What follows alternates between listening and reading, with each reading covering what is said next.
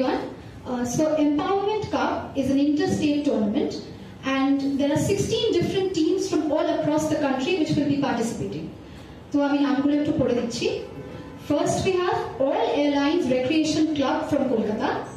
We have UKSC Club from Kolkata again. We have SSB from Siliguri. We have Goishpur Sports FA from Nodia, West Bengal. We have Hugli All Adivashi from Hugli. তারপরে আছে KMFC from Purulia, West Bengal. তারপরে আছে মাতৃভূমি soccer club from Asansol. তারপরে নদিয়া থেকে আরেকটি club আছে Vivekananda FA. We have Nambajar ছাত্র সমাজ from North Dinajpur. We have Adivasi Unite FC from Shamnagar. We have Ma Anandomoi from Bakura. We have T Sports Academy from Assam.